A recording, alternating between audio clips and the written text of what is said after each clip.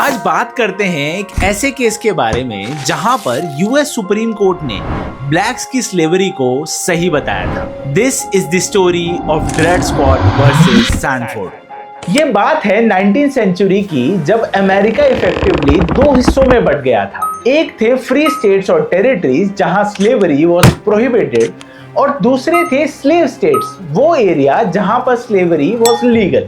Dread Scott was an African slave जिसका मालिक था doctor John Emerson, a US army doctor.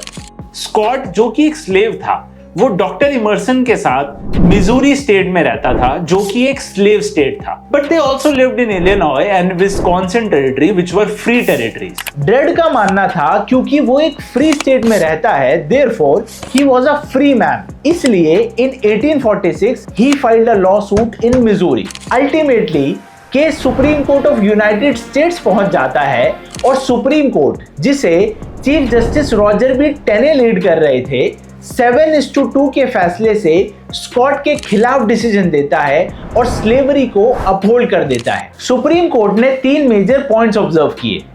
African American चाहे slave हों या फ्री, यूएस के सिटीजन्स नहीं हैं और इसलिए उनके पास फेडरल कोर्ट में केस फाइल करने का हक ही नहीं है। Secondly, the court declared that slaves were property, और यूएस कॉन्स्टिट्यूशन में property rights were protected, therefore they can not be deprived of the property without due process of law. Missouri compromise of 1820, जिसमें कुछ territories में slavery को मना किया गया था, उसको अनकॉन्स्टिट्यूशनल डिक्लेयर कर दिया गया। सुप्रीम कोर्ट के इस डिसीजन ने पूरे अमेरिका को हिला दिया और यूनाइटेड स्टेट्स दो हिस्सों में बंट गया, which ultimately led to the Civil War.